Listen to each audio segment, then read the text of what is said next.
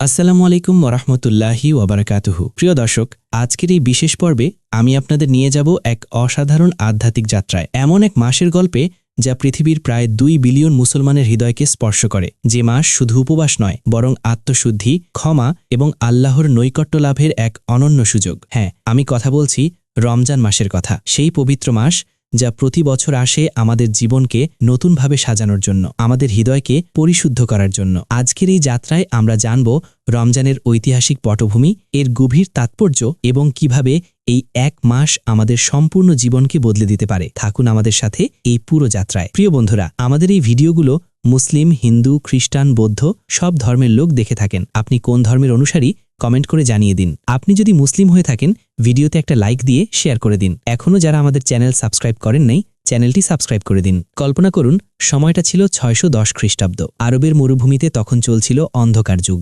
জাহিলিয়তের যুগ। মক্কা নগরীতে মানুষ পূজা করত পাথরের মূর্তি, সমাজে ছিল অবিচার, নারীদের জীবন্ত কবর দেয়া হতো, দাসপ্রথা ছিল চরম আকারে। এমন সময়ে মক্কা নগরীর বাইরে জাবালে নূর পর্বতে অবস্থিত হীরা গুহার নির্জন পরিবেশে ধ্যানমগ্ন ছিলেন এক ব্যক্তি। তার নাম মোহাম্মদ ইবনে আবদুল্লাহ, যিনি পরবর্তীতে হয়ে উঠবেন মানবজাতির জন্য শেষ নবী এবং রহমত। তিনি তখন 40 বছর বয়সী, সত্যবাদী এবং বিশ্বস্ত হিসেবে পরিচিত ছিলেন সমাজে। মানুষ তাকে আল আমিন বলে ডাকত। প্রতি বছর রমজান মাসে তিনি হীরা গুহায় একাকী ধ্যানমগ্ন হতেন, চিন্তা করতেন সৃষ্টিকর্তা সম্পর্কে, জীবনের উদ্দেশ্য সম্পর্কে। রমজান মাসের 27তম রাতে, যাকে আমরা লাইলাতুল কদর বা শবে কদর বলে জানি, সেই রাতে ঘটে যায় এক অকল্পনীয় ঘটনা যা পুরো মানব ইতিহাসকে বদলে দেয়। হঠাৎ সেই নির্জন গুহায় উপস্থিত হন ফেরেশতা জিব্রাইল আলাইহিসসালাম। তার উপস্থিতিতে পুরো গুহা আলোকিত হয়ে যায়। জিব্রাইল আলাইহিসসালাম মুহাম্মদ সাল্লাল্লাহু আলাইহি ওয়াসাল্লামকে বলেন, পড়ুন। মুহাম্মদ সাল্লাল্লাহু আলাইহি ওয়াসাল্লাম উত্তর দেন, আমি তো পড়তে জানি না। জিব্রাইল আলাইহিসসালাম তাকে শক্ত করে জড়িয়ে ধরেন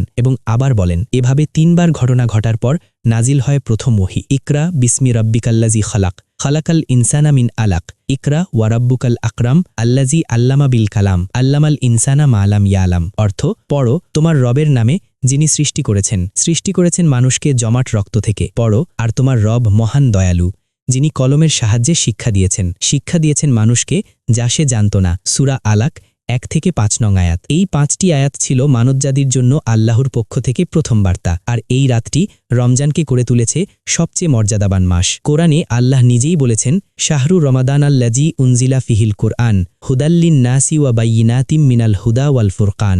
অর্থ, রমজান মাস, যে মাসে কোরআন নাজিল করা হয়েছে মানুষের জন্য হিদায়েত স্বরূপ এবং সুস্পষ্ট নিদর্শন হিসেবে, যা সত্য মিথ্যার পার্থক্যকারী। সূরা বাকারা 185 নং আয়াত। নবীজি কাঁপতে কাঁপতে ফিরে আসেন তার স্ত্রী খাদিজা রাদিয়াল্লাহু আনহার কাছে এবং বলেন, আমাকে কম্বল দিয়ে ঢেকে দাও। খাদিজা রাদিয়াল্লাহু আনহা তাকে সান্ত্বনা দিয়ে বলেন, আল্লাহর কসম, আল্লাহ আপনাকে কখনো লাঞ্ছিত করবেন না, কারণ আপনি আত্মীয়তার সম্পর্ক রক্ষা করেন, সত্য কথা বলেন, অসহায়দের সাহায্য করেন। হিজরতের পর মদিনায় ইসলামী রাষ্ট্র প্রতিষ্ঠার 2য় বছর 624 খ্রিস্টাব্দের শাবান মাসের শেষ দিকে আল্লাহ তাআলা মুসলমানদের উপর রমজানের রোজা ফরজ করেন। এটি ছিল ইসলামের ইতিহাসে এক যুগান্তকারী মুহূর্ত। প্রথম দিকে মক্কায় থাকাকালীন সময়ে মুসলমানদের জন্য আশুরার রোজা রাখা সুন্নত ছিল। এই দিনটি ছিল মুহররম মাসের 10 তারিখ, সেই ঐতিহাসিক দিন যেদিন আল্লাহ তাআলা মূসা আলাইহিসসালাম এবং বনি ইসরাইলকে ফেরাউনের অত্যাচার থেকে মুক্তি দিয়েছিলেন। মদিনায় হিজরতের পর নবীজি সাল্লাল্লাহু আলাইহি ওয়াসাল্লাম দেখলেন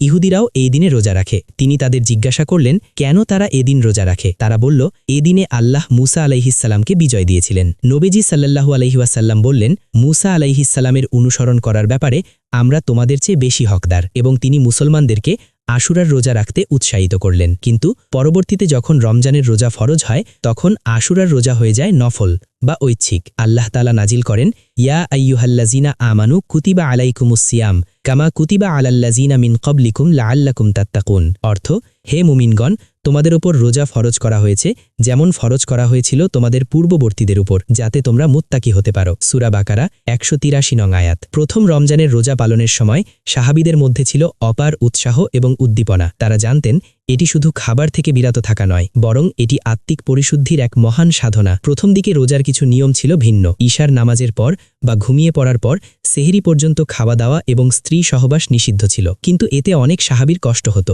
একবার হযরত ওমর রাদিয়াল্লাহু আনহু ভুলবশত এই নিয়ম ভেঙে ফেলেন এবং অত্যন্ত লজ্জিত হয়ে নবীজির কাছে এসে স্বীকার করেন। এরপর আল্লাহ তাআলা নাজিল করেন, উহিল্লা লাকুম লাইলাতা সিয়ামির রাফাসু ইলা নিসা ইকুম, অর্থ রোজার রাতে তোমাদের জন্য তোমাদের স্ত্রীদের নিকট গমন হালাল করা হয়েছে। সূরা বাকারা 187 নং আয়াত। এভাবে আল্লাহ তাআলা তার বান্দাদের উপর সহজতা প্রদান করেন। ইসলাম 5টি মূল ভিত্তির উপর প্রতিষ্ঠিত। হাদিসে এসেছে, ইবনে ওমর থেকে বর্ণিত, রাসূলুল্লাহ সাল্লাল্লাহু আলাইহি ওয়াসাল্লাম বলেছেন, ইসলামের ভিত্তি 5টি। এই সাক্ষ্য দেওয়া যে আল্লাহ ছাড়া কোনো ইলাহ নেই এবং মুহাম্মদ সাল্লাল্লাহু আলাইহি ওয়াসাল্লাম আল্লাহর রাসূল, নামাজ কায়েম করা, যাকাত প্রদান করা, হজ পালন করা এবং রমজানের রোজা রাখা। বুখারী ও মুসলিম। এই 5টি স্তম্ভের মধ্যে রোজা হলো তৃতীয়। কালিমা ও নামাজের পর এর অবস্থান। কিন্তু কেন এত গুরুত্বপূর্ণ? আসুন জানি রোজার অনন্য বৈশিষ্ট্য। প্রথমত, রোজা এমন একটি ইবাদত যা সম্পূর্ণভাবে আল্লাহ এবং বান্দার মধ্যে। অন্য কেউ জানতে পারে না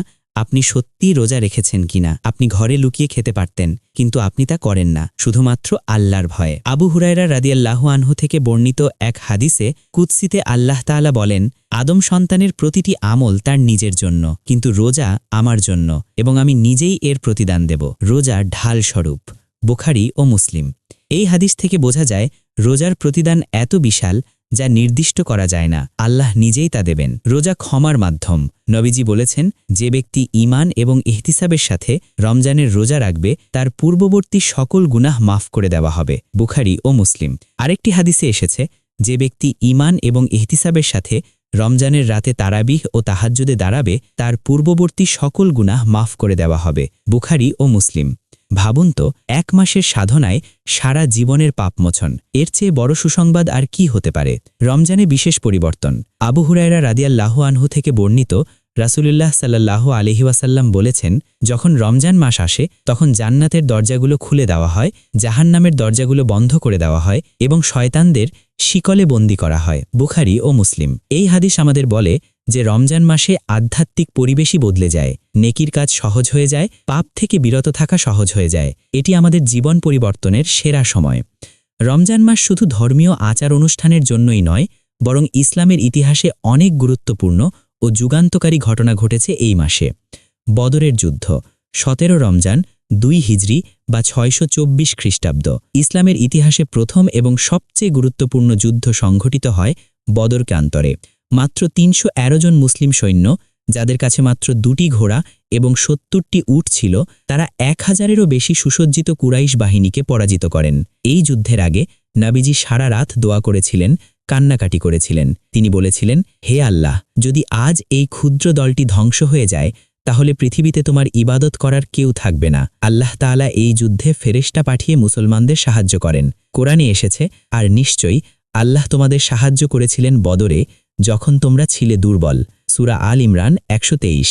এই যুদ্ধে ইসলামের চরম দুশমন আবু জাহেল নিহত হয় এবং 70 জন কাফের বন্দী হয়। এই বিজয় মুসলমানদের মনোবল অনেক বাড়িয়ে দেয় এবং ইসলামের শক্তি প্রতিষ্ঠিত হয়। মক্কা বিজয় 20 রমজান 8 হিজরি বা 630 খ্রিস্টাব্দ। ইসলামের ইতিহাসের সবচেয়ে গৌরবময় ঘটনা ছিল মক্কা বিজয়। নবীজি 10,000 সাহাবী নিয়ে মক্কা বিজয় করেন। এই বিজয় ছিল সম্পূর্ণ রক্তপাতহীন এবং ক্ষমার অনন্য দৃষ্টান্ত। মক্কায় প্রবেশের সময় নবীজি সাল্লাল্লাহু আলাইহি ওয়াসাল্লাম এত বিনয়ের সাথে প্রবেশ করেন যে তার মাথা উটের পিঠে প্রায় লেগে যাচ্ছিল। তিনি সূরা ফাতাহ তেলাওয়াত করতে করতে প্রবেশ করেন। কাবা ঘরে প্রবেশ করে তিনি 360টি মূর্তি ভাঙেন এবং তেলাওয়াত করেন, সত্য এসেছে এবং মিথ্যা বিলুপ্ত হয়েছে। নিশ্চয়ই মিথ্যা বিলুপ্ত হওয়ারই ছিল। সূরা বনী ইসরাইল 81। সবচেয়ে আশ্চর্য ছিল তার ক্ষমা। যারা বছরের পর বছর মুসলমানদের উপর অত্যাচার করেছিল, নবীজিকে পাথর মেরেছিল, তার চাচা হামজা রাদিয়াল্লাহু আনহুকে শহীদ করেছিল, নবীজি তাদের সবাইকে ক্ষমা করে দেন এবং ঘোষণা করেন, ইযহাবু ফা আনতুমুত তুলাকা, অর্থাৎ তোমরা সবাই মুক্ত, যাও। এই ক্ষমার ঘটনা এত প্রভাবশালী ছিল যে বহু কাফের সেদিনই ইসলাম গ্রহণ করে। তারাবিহ নামাজের প্রচলন। নবীজি প্রথম দিকে কয়েকদিন সাহাবীদের নিয়ে তারাবিহ পড়েন। প্রথম রাতে কয়েকজন সাহাবী তার পিছনে নামাজ পড়েন, পরের রাতে আরও বেশি মানুষ আসে। তৃতীয় রাতে মসজিদ পরিপূর্ণ হয়ে যায়, কিন্তু চতুর্থ রাতে নবীজি বের হননি। ফজরের নামাজের পর তিনি বলেন, তোমাদের অবস্থা আমার অজানা ছিল না, কিন্তু আমি ভয় পেয়েছি যে তোমাদের উপর তারাবিহ ফরজ হয়ে যেতে পারে এবং তোমরা তা আদায় করতে পারবে না। বুখারী ও মুসলিম।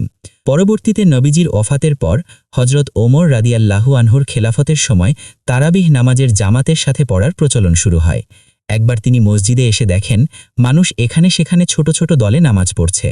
তিনি ভাবলেন, সবাই যদি এক ইমামের পিছনে পড়ে তাহলে আরও ভালো হবে। এভাবে তারাবিহ নামাজের জামাতের প্রচলন হয়। খন্দকের যুদ্ধ 5 হিজরি শওয়াল মাসে শুরু হলেও রমজানের প্রস্তুতি ও প্রভাব এতে ছিল। তাবুকের যুদ্ধের প্রস্তুতি রমজান মাসে শুরু হয়েছিল, যদিও যুদ্ধ শওয়াল মাসে হয়। আন্দালুসিয়া বিজয় কিছু গুরুত্বপূর্ণ যুদ্ধ রমজান মাসে সংঘটিত হয়। আইন জালুতের যুদ্ধ 658 হিজরি, যেখানে মুসলমানরা মঙ্গলদের পরাজিত করে। রমজানের রোজা শুধু একটি ধর্মীয় আচার নয়, এটি মানুষের সার্বিক কল্যাণের জন্য নির্ধারিত। আধুনিক বিজ্ঞান আজ প্রমাণ করছে যা ইসলাম 1400 বছর আগে বলেছে। আধ্যাত্মিক উপকারিতা 1. তাকওয়া বা আল্লাহ ভীতি অর্জন। এটি রোজার মূল উদ্দেশ্য। কোরআনে বলা হয়েছে লাআল্লাকুম তাত্তাকুন, যাতে তোমরা মুত্তাকি হতে পারো। তাকওয়া মানে হলো এমন অবস্থা যেখানে মানুষ সর্বদা আল্লাহকে ভয় করে এবং তার আদেশ মেনে চলে। 2. আত্মসংযম ও আত্মনিয়ন্ত্রণ শেখা। সারাদিন ক্ষুধা তৃষ্ণা সহ্য করে, রাগ নিয়ন্ত্রণ করে, মিথ্যা না বলে আমরা শিখি কিভাবে নিজেদের নিয়ন্ত্রণ করতে হয়। নবীজি সাল্লাল্লাহু আলাইহি ওয়াসাল্লাম বলেছেন, রোজা ঢাল স্বরূপ। সুতরাং রোজাদার যেন অশ্লীল কথা না বলে এবং মূর্খের মতো আচরণ না করে। যদি কেউ তার সাথে ঝগড়া করে বা গালি দেয়, তাহলে সে যেন বলে, আমি রোজাদার, আমি রোজাদার। 3. দরিদ্রদের কষ্ট অনুভব করা। যখন আমরা উপবাস থাকি তখন বুঝতে পারি যারা প্রতিদিন খাবার পায় না তাদের কষ্ট কেমন। এটি আমাদের হৃদয়ে দয়া ও করুণার সৃষ্টি করে। 4. কোরআনের সাথে সম্পর্ক গভীর হওয়া। রমজান হলো কোরআনের মাস। এই মাসে মুসলমানরা সবচেয়ে বেশি কোরআন তেলাওয়াত করে, বোঝার চেষ্টা করে। 5. দোয়া কবুলের বিশেষ সময়। ইফতারের সময় রোজাদারের দোয়া ফিরিয়ে দেওয়া হয় না। নবীজি সাল্লাল্লাহু আলাইহি ওয়াসাল্লাম বলেছেন, 3 ব্যক্তির দোয়া ফিরিয়ে দেওয়া হয় না: রোজাদারের দোয়া ইফতার পর্যন্ত, ন্যায়পরায়ণ শাসকের দোয়া এবং মাজলুমের দোয়া। তিরমিজি। শারীরিক উপকারিতা। আধুনিক চিকিৎসা বিজ্ঞান রোজার অসংখ্য স্বাস্থ্য উপকারিতা আবিষ্কার করেছে। ডিটক্সিফিকেশন বা বিষমুক্তকরণ। রোজার সময় শরীর তার সঞ্চিত চর্বি ব্যবহার করে শক্তি উৎপাদন করে। এই প্রক্রিয়ায় চর্বিতে জমা বিষাক্ত পদার্থগুলো বেরিয়ে যায়। অটোফেজি প্রক্রিয়া সক্রিয়করণ। 2016 সালে জাপানি বিজ্ঞানী ইয়োশিনোরি ওসুমি অটোফেজি বিষয়ে গবেষণার জন্য নোবেল পুরস্কার পান। অটোফেজি হল কোষের নিজস্ব পরিষ্কার প্রক্রিয়া যা রোজার সময় সক্রিয় হয়। ইনসুলিন সংবেদনশীলতা বৃদ্ধি। রোজা রক্তে ইনসুলিনের মাত্রা কমায় এবং ইনসুলিন সংবেদনশীলতা বাড়ায়, যা ডায়াবেটিস প্রতিরোধে সাহায্য করে। হৃদরোগের ঝুঁকি কমায়। রোজা রক্তচাপ, কোলেস্টেরল এবং ট্রাইগ্লিসারাইড কমায়। মস্তিষ্কের স্বাস্থ্য উন্নত হয়। রোজার সময় BDNF নামক প্রোটিন বৃদ্ধি পায়, যা মস্তিষ্কের নতুন নিউরন তৈরিতে সাহায্য করে। সঠিক রোজার মাধ্যমে ওজন নিয়ন্ত্রণ ও দীর্ঘায়ু বৃদ্ধি সম্ভব। মানসিক উপকারিতা। ইবাদতের মাধ্যমে প্রশান্তি আসে এবং আল্লাহর সাথে সম্পর্ক গভীর হলে দুশ্চিন্তা কমে। 1 মাস সফলভাবে রোজা পালন করার পর আত্মবিশ্বাস বাড়ে। একসাথে ইফতার ও তারাবিহ পড়া সামাজিক বন্ধন মজবুত করে। নবীজি ও সালাফদের রমজান। নবীজির রমজান। হজরত আয়েশা রাদিয়াল্লাহু আনহা বলেন, রাসূলুল্লাহ সাল্লাল্লাহু আলাইহি ওয়াসাল্লাম রমজানের শেষ দশকে এত বেশি ইবাদত করতেন যা অন্য সময় করতেন না। তিনি রাত জেগে ইবাদত করতেন, পরিবারকে জাগিয়ে দিতেন এবং কোমর বেঁধে নিতেন, অর্থাৎ সর্বোচ্চ চেষ্টা করতেন। বুখারী ও মুসলিম। নবীজি ইতিকাফে বসতেন শেষ দশকে। একটি ছোট তাঁবুতে তিনি থাকতেন এবং শুধু ইবাদত করতেন। হজরত ওসমান রাদিয়াল্লাহু আনহুর কোরআন তেলাওয়াত। হজরত ওসমান রাদিয়াল্লাহু আনহু রমজান মাসে প্রতিদিন একটি করে পূর্ণ কোরআন খতম করতেন। তিনি তারাবিহ নামাজে পূর্ণ কোরআন তেলাওয়াত শুনতেন। হজরত ওমর রাদিয়াল্লাহু আনহুর রাত্রি জাগরণ। হজরত ওমর রাদিয়াল্লাহু আনহু প্রতি রাতে 1000 আয়াত তেলাওয়াত করতেন। তিনি বলতেন, রমজান এমন মাস যখন কোরআন নাজিল হয়েছে, তাই এই মাসে কোরআনের সাথে বেশি সময় কাটানো উচিত। হজরত আলী রাদিয়াল্লাহু আনহুর দান। হজরত আলী রাদিয়াল্লাহু আনহু রমজান মাসে গরিবদের এত বেশি সাহায্য করতেন যে নিজের পরিবারের জন্য কম থাকত। তিনি বলতেন, রমজানে দান করার সওয়াব অন্য সময়ের চেয়ে 70 গুণ বেশি। সালাফদের ইবাদত। ইমাম আবু হানিফা রাহিমাহুল্লাহ রমজান মাসে 61টি কোরআন খতম করতেন, দিনে 1টি ও রাতে 1টি করে 7টি এবং তারাবিতে 1টি। ইমাম মালিক রাহিমাহুল্লাহ রমজান এলে সকল হাদিসের দর্স বন্ধ করে দিতেন এবং শুধু কোরআন তেলাওয়াতে মগ্ন থাকতেন। ইমাম শাফি রাহিমাহুল্লাহ রমজান মাসে 60টি কোরআন খতম করতেন। লাইলাতুল কদর 1000 মাসের চেয়েও উত্তম রাত। লাইলাতুল কদর সম্পর্কে কোরআনে একটি পূর্ণ সূরা নাজিল হয়েছে। আল্লাহ তাআলা বলেন, ইন্না আনজালনাহু ফি লাইলাতিল কদর ওয়ামা আদরাকা মা লাইলাতুল কদর লাইলাতুল কদরি খায়রুম মিন আলফি শাহর তানাজ্জালুল মালাইকাতু ওয়ার রূহু ফিহা বিইজনি রাব্বিহিম মিন কুল্লি আমর সালামুন হিয়া হাত্তা মাতলাইল ফজর। অর্থ, নিশ্চয়ই আমি এটি অর্থাৎ কোরআন নাজিল করেছি লাইলাতুল কদরে। আর তুমি কি জানো লাইলাতুল কদর কি? লাইলাতুল কদর 1000 মাসের চেয়েও উত্তম। এ রাতে ফেরেশতারা এবং রূহ অর্থাৎ জিব্রাইল অবতীর্ণ হন তাদের রবের অনুমতিক্রমে সকল বিষয়ে। শান্তিময় এ রাত ফজরের উদয় পর্যন্ত। সূরা কদর। 1000 মাস মানে 83 বছর 4 মাস। একটি রাত যা 83 বছরের চেয়েও বেশি মূল্যবান। এমন রাত হাতছাড়া করা মানে অপরিসীম ক্ষতি। নবীজি বলেছেন, তোমরা রমজানের শেষ দশকের বিজোড় রাতগুলোতে লাইলাতুল কদর খোঁজ করো। বুখারী। বিশেষভাবে 21, 23, 25, 27 ও 29 তারিখের রাতে লাইলাতুল কদর হওয়ার সম্ভাবনা বেশি। তবে সবচেয়ে বেশি সম্ভাবনা 27 তারিখের রাতে। নবীজি বলেছেন, লাইলাতুল কদরের সকাল হবে স্বচ্ছ ও মনোরম, সূর্য উঠবে দুর্বল আলোতে। মুসলিম। এই রাতে করণীয় সম্পর্কে হজরত আয়েশা রাদিয়াল্লাহু আনহা নবীজিকে জিজ্ঞেস করেন, ইয়া রাসূলাল্লাহ, যদি আমি লাইলাতুল কদর পাই তাহলে কি দোয়া করব? নবীজি বলেন, বলবে, আল্লাহুম্মা ইন্নাকা আফুউন তুহিব্বুল আফওয়া ফাফু আন্নি। অর্থ, হে আল্লাহ, আপনি ক্ষমাশীল, ক্ষমা করতে ভালোবাসেন, তাই আমাকে ক্ষমা করে দিন। তিরমিজি। রমজান শুধু ব্যক্তিগত ইবাদতের মাস নয়, এটি সামাজিক বন্ধন দৃঢ় করার মাসও। ইসলাম কখনো ব্যক্তিকে সমাজ থেকে বিচ্ছিন্ন করে না। ইফতার একসাথে বন্ধনের সময়। নবীজি বলেছেন, যে ব্যক্তি কোনো রোজাদারকে ইফতার করাবে সে তার সমান সওয়াব পাবে। রোজাদারের সওয়াব থেকে কিছুই কমানো যাবে না। তিরমিজি। এটি জাকাত ও সাদকা দানের মাস। নবীজি এমনিতেই অত্যন্ত দানশীল ছিলেন, কিন্তু রমজানে তিনি আরও বেশি দান করতেন। ইবনে আব্বাস রাদিয়াল্লাহু আনহু বলেন, রাসূলুল্লাহ সাল্লাল্লাহু আলাইহি ওয়াসাল্লাম মানুষের মধ্যে সবচেয়ে দানশীল ছিলেন এবং রমজানে যখন জিব্রাইল আলাইহিসসালাম তার সাথে সাক্ষাৎ করতেন তখন তিনি আরও বেশি দানশীল হয়ে যেতেন। জিব্রাইল আলাইহিসসালাম প্রতি রমজানে প্রতি রাতে তার সাথে সাক্ষাৎ করতেন এবং তাকে কোরআন শোনাতেন। তখন রাসূলুল্লাহ সাল্লাল্লাহু আলাইহি ওয়াসাল্লাম কল্যাণ প্রদানে প্রবাহিত বায়ুর চেয়েও বেশি দানশীল হয়ে যেতেন।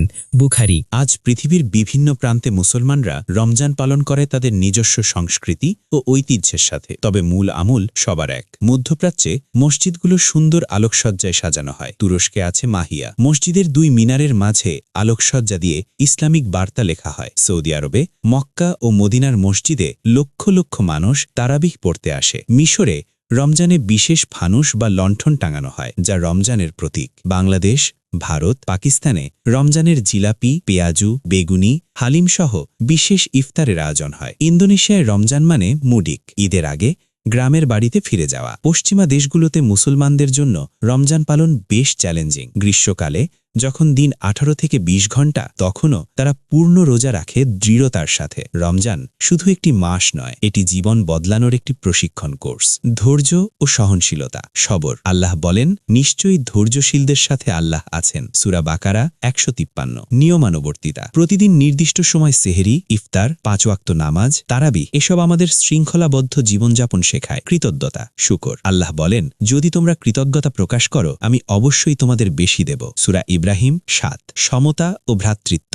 ধনী গরিব সবাই একই সময় রোজা রাখে, একই সময় ইফতার করে, কাতারে একসাথে দাঁড়ায়। হজরত আয়েশা রাদিয়াল্লাহু আনহা বলেন, নবীজি শাওয়াল মাসের 6টি রোজা রাখতেন। মুসলিম। হাদিসে আছে, যে ব্যক্তি রমজানের রোজা রাখল তারপর শাওয়ালের 6টি রোজা রাখল সে যেন সারা বছর রোজা রাখল। মুসলিম। নবীজি নিয়মিত সোমবার ও বৃহস্পতিবার রোজা রাখতেন। তিনি বলেন, সোমবার ও বৃহস্পতিবার আল্লাহর কাছে আমল পেশ করা হয়, তাই আমি চাই আমার আমল রোজা অবস্থায় পেশ হোক। তিরমিজি। রোজা রাখতে শুরুতে কষ্ট হতে পারে, কিন্তু ধীরে ধীরে শরীর অভ্যস্ত হয়ে যায়। সঠিক খাবার ও পর্যাপ্ত পানি কষ্ট কমায়। নিয়ত শুদ্ধ রাখলে মনোযোগ আসবে। বাংলা অনুবাদ ও তাফসির সহ কোরআন পড়লে বোঝা সহজ হয়। রমজান এবং কোরআন এই দুটো নাম একসাথে উচ্চারিত হয় এক বিশেষ কারণে। আল্লাহ তাআলা নিজেই বলেছেন, রমজান সেই মাস যে মাসে কোরআন নাজিল হয়েছে। হাদিসে এসেছে, কোরআন তেলাওয়াত করো, কারণ কিয়ামতের দিন এটি তার সাথীর জন্য সুপারিশকারী হিসাবে আসবে। মুসলিম। একটু ভাবুন, আমরা প্রিয় মানুষের চিঠি পেলে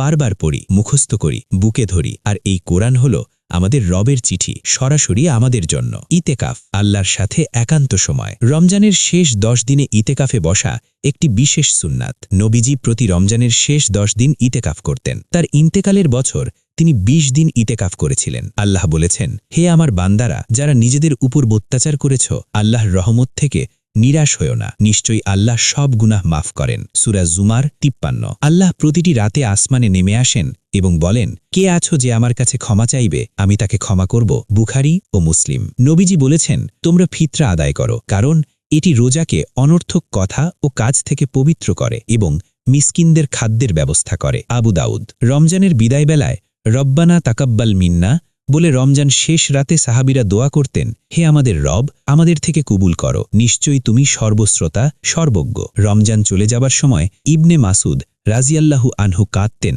আর বলতেন, রমজান চলে গেল, আমার আমল কি কবুল হলো? আপনি কি কখনো ভেবেছেন এই রমজান যদি আপনার শেষ রমজান হয়? কথাটা কঠিন কিন্তু সত্য। আমরা কেউ জানি না আগামী রমজান আমরা দেখব কিনা। আমাদের আশেপাশে প্রতি বছর এমন মানুষ চলে যান যারা গত রমজানে আমাদের সাথে ইফতার করেছিলেন, একই কতারে তারাবিহ পড়েছিলেন, একসাথে সেহরি খেয়েছিলেন। তারা ভাবেননি এটাই তাদের শেষ রমজান। আমরাও ভাবি না, কিন্তু মৃত্যু আসে হঠাৎ, কোনো সংকেত দিয়ে আসে না, কোনো অনুমতি চায় না। যদি আমি জানতাম এটাই আমার শেষ রমজান, তাহলে আমি প্রথম রাত থেকেই পুরোপুরি বদলে যেতাম, একটি মুহূর্তও নষ্ট করতাম না। সেহরিতে উঠে শুধু খেয়েই ঘুমিয়ে পড়তাম না, 2 রাকাত তাহাজ্জুদ পড়তাম, চোখের পানি ফেলে আল্লাহর কাছে ক্ষমা চাইতাম, বলতাম, ইয়া আল্লাহ, আমি জানি না আর কতদিন আছি, কিন্তু আজকের এই রাতটুকু তোমার জন্য।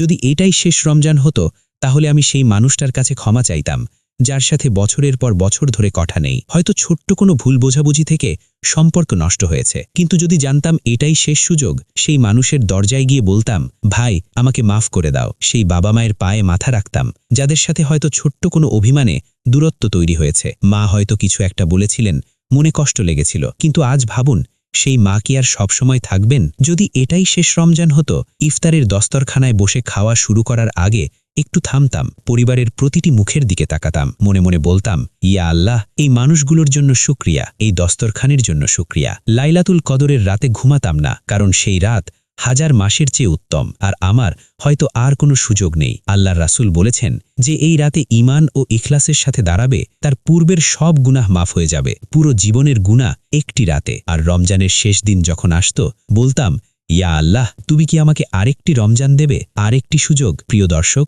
এখন একটাই প্রশ্ন রইল, আপনি কি নিশ্চিত যে আরেকটি রমজান পাবেন? যদি নিশ্চিত না হন, তাহলে এই রমজানটাকেই শেষ মনে করুন। নবীজি বলেছেন, 5টি জিনিসের আগে 5টি জিনিসকে গনিমত মনে করো, মৃত্যুর আগে জীবনকে, অসুস্থতার আগে সুস্থতাকে, ব্যস্ততার আগে অবসরকে, বার্ধক্যের আগে যৌবনকে এবং দারিদ্র্যের আগে সচ্ছলতাকে। হাকেম। প্রিয় দর্শক, রমজান আসে বছরে একবার, কিন্তু এর শিক্ষা থাকে সারা জীবন।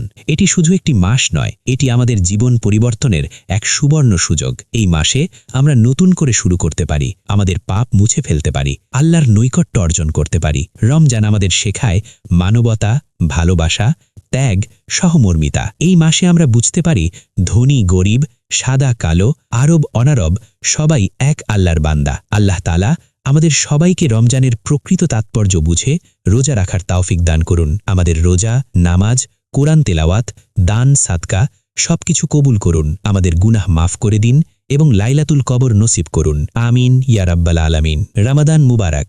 আল্লাহ আপনাদের সবার রোজা কবুল করুন। জাযাকাল্লাহু খাইরান। আল্লাহ হাফেজ।